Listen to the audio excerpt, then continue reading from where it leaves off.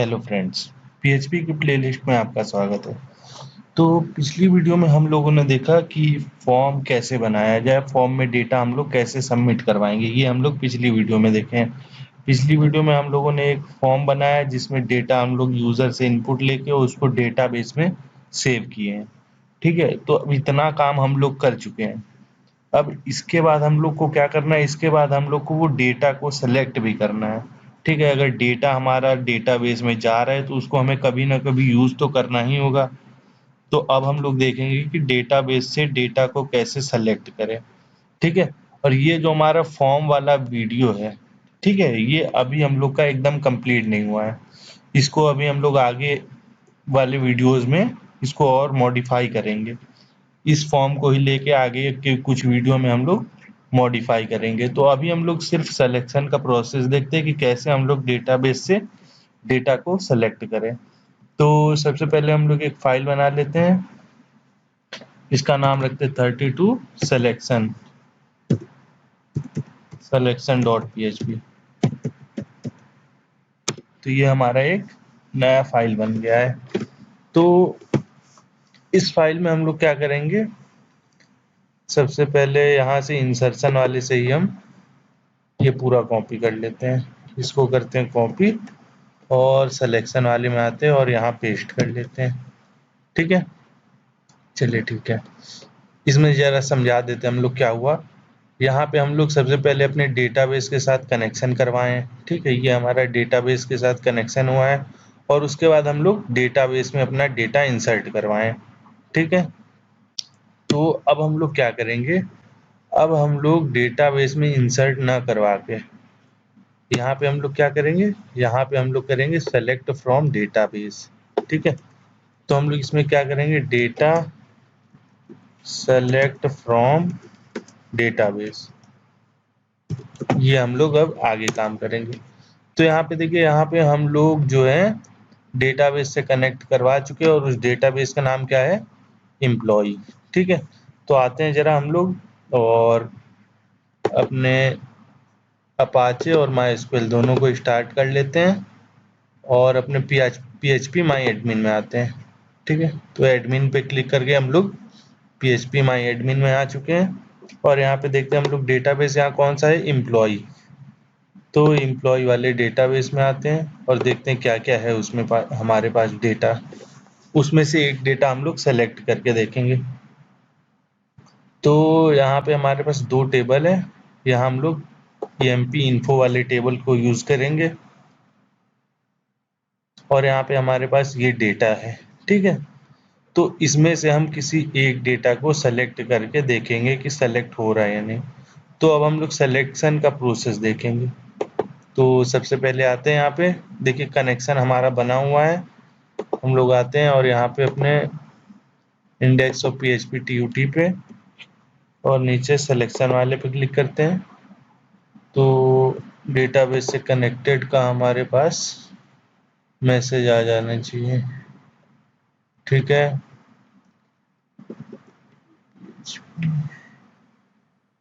चलिए ठीक है, यहाँ पे इसको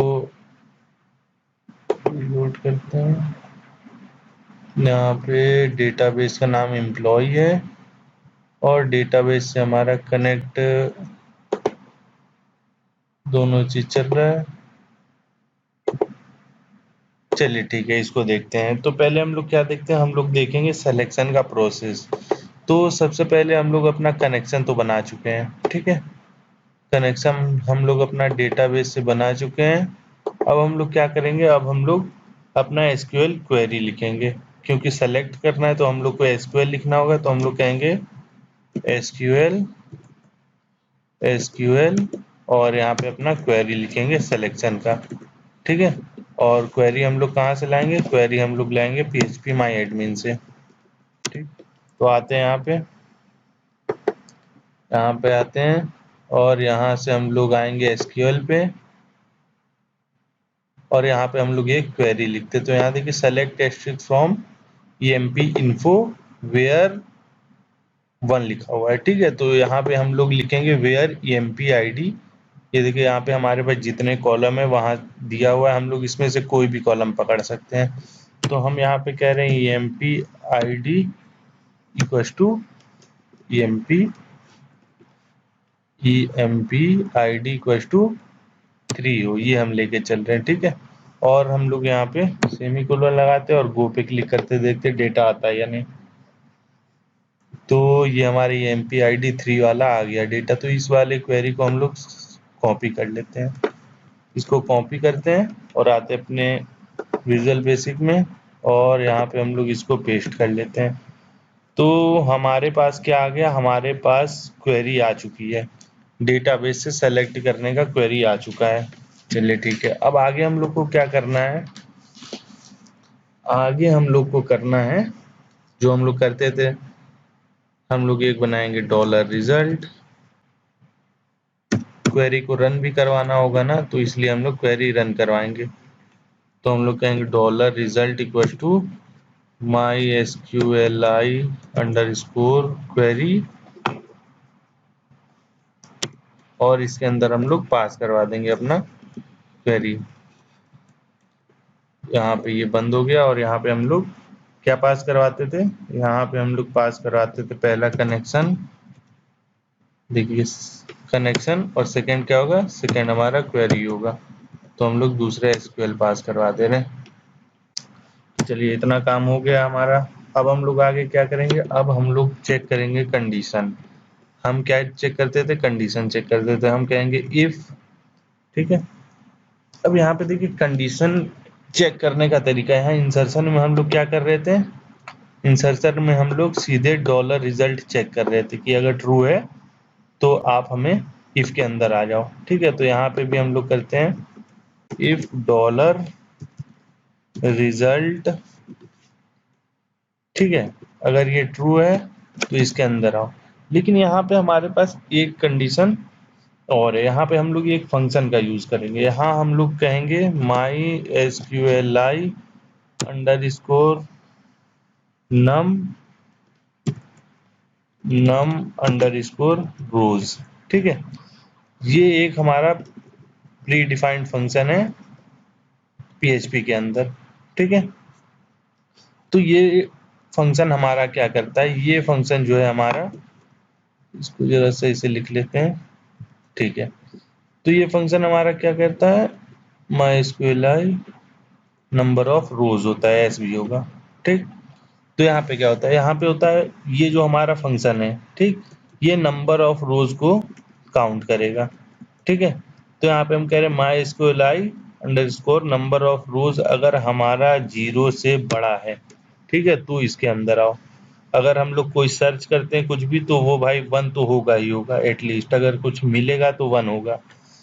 अगर मिलता है तो यहाँ पे आओ, और अगर हमारा नंबर ऑफ रो 0 होता है तो क्या करो, तो आप एल्स में जाओ, और एल्स में आने के बाद आप क्या कर दो, आप इको कर दो no result found, no result found.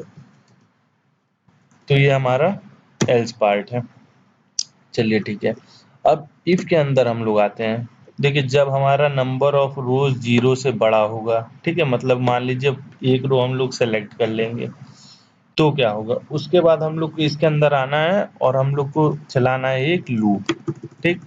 तो हम लोग चलाएंगे वाइल लूप। हम लोग कह रहे हैं वाइल, यहाँ पे भी हम लोग एक फंक्शन का यूज करेंगे MySQLi अंडरस्कोर fetch ASSOC। ये फंक्शन क्या करता है, ये फंक्शन हमारे डेटा को के हर एक आइटम को फेच करता है, ठीक है। ये फंक्शन हमारे डेटा का हर आइटम को फेच करता है। चलिए ठीक है, और यहाँ पे हमारा जो है SQL क्वेरी कहाँ पे आ रहा है, रिजल्ट में आ रहा है कनेक्शन के बाद। तो यहाँ पे हम लोग डॉलर रिजल्ट पास करवा देंगे, डॉलर रिजल्ट, ठीक है। चलिए ठीक है, ये हो गया। अब हम लोग क्या कर चुके हैं, यहाँ पे वाइल लूप एक लगा लिए। अब हम लोग क्या करेंगे, अगर हमारा ये कंडीशन ट्रू है तो कहाँ आओ, अंदर आओ। इफ के अंदर आएगा, वैसे ही इसको वाइल मिल जाएगा। तो वाइल भी हमारा लूप है, इसलिए हम लोग को लूप को स्टार्ट करना पड़ेगा, ठीक। तो ये काम हो गया। तो यहाँ व्हाइल लूप के अंदर आने के बाद हम लोग के पास क्या है, हम लोग इसमें अब प्रिंट करवाएंगे। तो हम लोग यहाँ आएंगे, सबसे पहले यहाँ पे हमारे पास 2 मेथड होता है, ठीक है। तो देखिए पहला मेथड क्या है, पहला मेथड है हम लोग क्या करेंगे, डॉलर रो के हर एक डेटा को स्टोर कर लेंगे वेरिएबल में। तो हम लोग कह रहे हैं डॉलर, पहला बना ले रहे आईडी नाम, ठीक, और यहाँ पे हम लोग कह दे रहे हैं डॉलर रो के जो रो में जो हमारा ईएमपी आईडी होगा, क्या होगा, ईएमपी आईडी, ठीक है। ये हो गया हमारा आईडी में स्टोर। सेकंड हमारे पास क्या है, सेकंड है हमारे पास नेम, तो हम एक नेम नाम का वेरिएबल बना लेते हैं और इसके अंदर क्या स्टोर करेंगे हम लोग, इसके अंदर हम लोग करेंगे डॉलर रो के अंदर जो हमारे पास ईएमपी नेम है, ईएमपी नेम, ठीक है। ये 2 स्टोर कर लिए और इसके बाद हम लोग को क्या करना होगा, यहाँ से इसको कॉपी करते हैं एक बार और एक बार और, 2 चीज और है हमारे पास, क्या क्या है देखते हैं। चलिए ठीक है, यहाँ पे क्या क्या है देख लेते हैं यहाँ पे।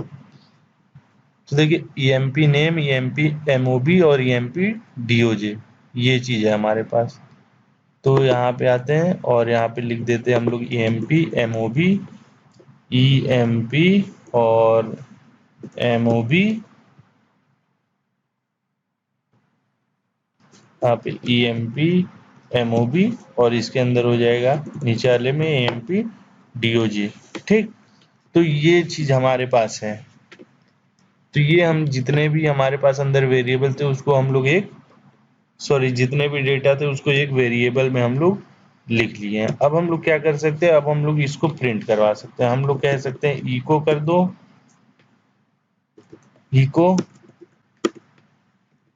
इको कर दो आप डॉलर आईडी, ठीक है। डॉलर आईडी करके देखते हैं होता है या नहीं। सेव करते हैं और आते हैं और यहाँ पे रिलोड करते हैं।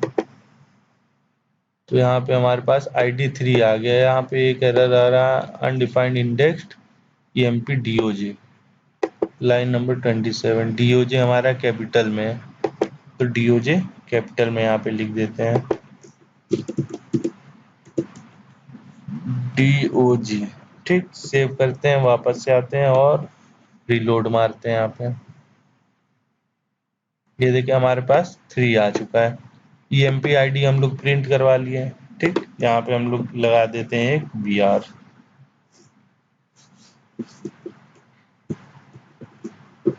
यहाँ पे कर लेते हैं बीआर और तीनों चीज को ऐसे ही करके देखते हैं, चारों चीज को। ठीक है, आईडी हो गया हमारे पास, और क्या है, नेम हम लोग को प्रिंट कराना है, तो यहाँ पे लिख देते हैं नेम और यहाँ पे लिख लेते हैं क्या है हमारे पास, एक है मोबाइल नंबर, तो यहाँ पे इस वेरिएबल का नाम चेंज करते हैं, एमओबी लिख देते हैं और यहाँ पे डेट ऑफ ज्वाइन है तो डीओजे लिख देते हैं और इस सबको अब प्रिंट करवा के देखते हैं।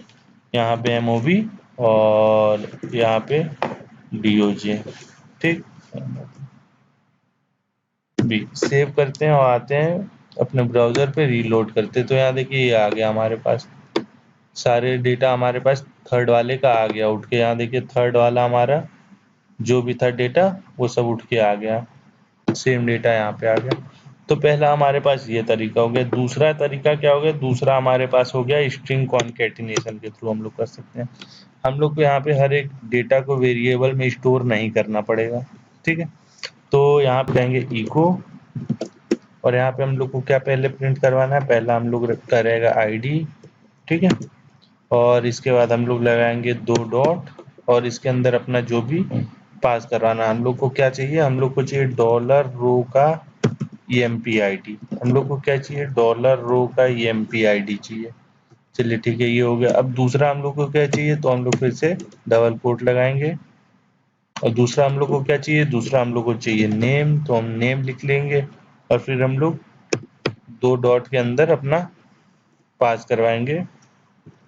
डॉलर रो का हम लोग को क्या चाहिए, डॉलर रो का हम लोग को चाहिए ईएमपी नेम, ठीक। और उसके बाद हम लोग फिर से अपना वो लगाएंगे, 2 डबल कोट लगाएंगे और इसके अंदर हम लोग को थर्ड क्या चाहिए, मोबाइल नंबर, तो हम लोग लिखेंगे यहाँ पे लिखेंगे हम लोग मोबाइल नंबर, मोबाइल नम लिख दे रहे हैं। और हम लोग को क्या चाहिए, हम लोग को चाहिए डॉलर रो का MOBNO। तो हम लोग को चाहिए $रो का MOBNO। ठीक, फिर से हम लोग 2 लगाएंगे और हम लोग को अब लास्ट क्या चाहिए, हम लोग को अब चाहिए मोबाइल नंबर हो गया, DOJ चाहिए। तो हम लोग लिखें DOJ और फिर से हम लोग स्ट्रिंग कॉन्केटिनेशन करेंगे। हम लोग को चाहिए डॉलर रो के अंदर जो है हमारा, डॉलर रो के अंदर जो हमारा EMP DOJ है ये चाहिए। तो डॉलर रो के अंदर जो हमारा EMP DOJ है, EMP DOJ ये चाहिए। ठीक है, और यहाँ पे हम लोग लास्ट में एक BR लगा लेते हैं और हम लोग यहाँ पे लगा लेते हैं BR लगा लेते हैं और हमारा सेमीकोलन। तो अब इसको रन करके देखते हैं। सेव कर लिए, इसको आते हैं और रन करके देखते हैं। तो अनडिफाइंड MOBNO लग रहा है यहाँ पे, वो हम लोग का MOBNO नहीं है, EMP MOB है। ठीक है, तो यहाँ पे हम लोग का होगा EMP MOB। ठीक, सेव करते हैं, आते हैं और रिलोड मारते हैं। वापस से रिलोड करते हैं तो ये देखिए ID 3, name Ramesh, mobile number ये, DOJ ये। ठीक, तो ये हो गया। अब हम लोग चाहते हैं कि हमारा हर एक जो है वो अलग अलग लाइन में आए। तो हम लोग क्या करेंगे, हम लोग BR लगा देंगे, इसके बाद BR लगा देंगे, हर के बाद BR लगा देंगे, तो वो नए नए लाइन में आएगा। चलिए एक लगा के देख लेते हैं। यहाँ पे पहले लगाते हैं, इसके पहले लगाते हैं हम लोग BR। ठीक, और यहाँ पे हम लोग इसके पहले लगा लेते हैं BR और यहाँ पे इसके पहले लगा लेते हैं। तो ये हमारा हो गया और यहाँ पे थोड़ा